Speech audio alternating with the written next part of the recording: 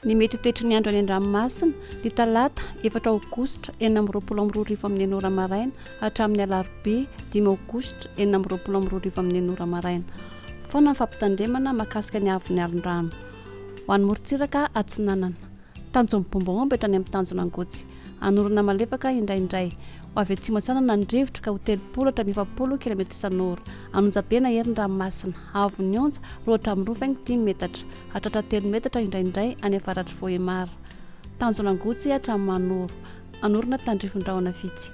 Ho avy atsinanana ny rivotra ka ho 20 km isan'ora. Anonjabena ranomasina. Avo ny onja 5 metatra. Mahanoratra ny Tolanaro. Anorana tandrifon-drahona vitsy any amin'ny tapany atsimo. Ho avy avaratra atsinanana ny rivotra ka ho 20 km isan'ora. Anonjabena ranomasina. Avo ny onja 5 metatra. Tolanaro hatrany amin'ny tanjona Vohimena. Andrahona amin'ny tokotoko. Ho avy andrevana ny rivotra ka ho 20 km isan'ora. Ho avy atsinanana kosa manomboka ny atoandro ka ho 20 km isan'ora. Anonjabena ranomasina. Avo ny onja 2 metatra. Ho an'ny morontsiraka andrevana. Tanjona Vohimena hatrany amin'ny tanjona Kapo. Andrahona amin'ny tokotoko. Ho avy atsinanana ny rivotra ka ho 20 km isan'ora. Ho avy atsimo kosa manomboka ny atoandro ka ho 30 km isan'ora. Anonjabena ranomasina. Avo ny onja amididina 2 metatra. Tanjona Kapo hatrany amin'ny tanjona Filanandro. Andrahona vitsy.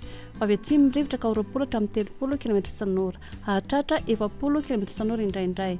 Anonjabena ranomasina. Avo ny onja 5 metatra. Tanjona Filanandro hatrany Analalava.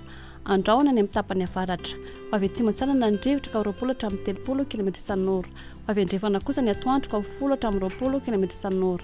Adiny mpanonja ny ranomasina. Avo ny onja 5 metatra. Analalava hatrany amin'ny tanjona Bombaomby. Andrahona amin'ny ankapobeny. Ho avy atsimo antsanana ny rivotra any amin'ny tapany avaratra ka ho 30 hatramin'ny 70 km isan'ora. Ivavova kosa ny anakava ka ho 20 km isan'ora. Adiny mpanonja ny anonjabena ranomasina. Avo ny onja 5 metatra. Hahatratra 5 metatra manakaiky ny tanjona Bombaomby.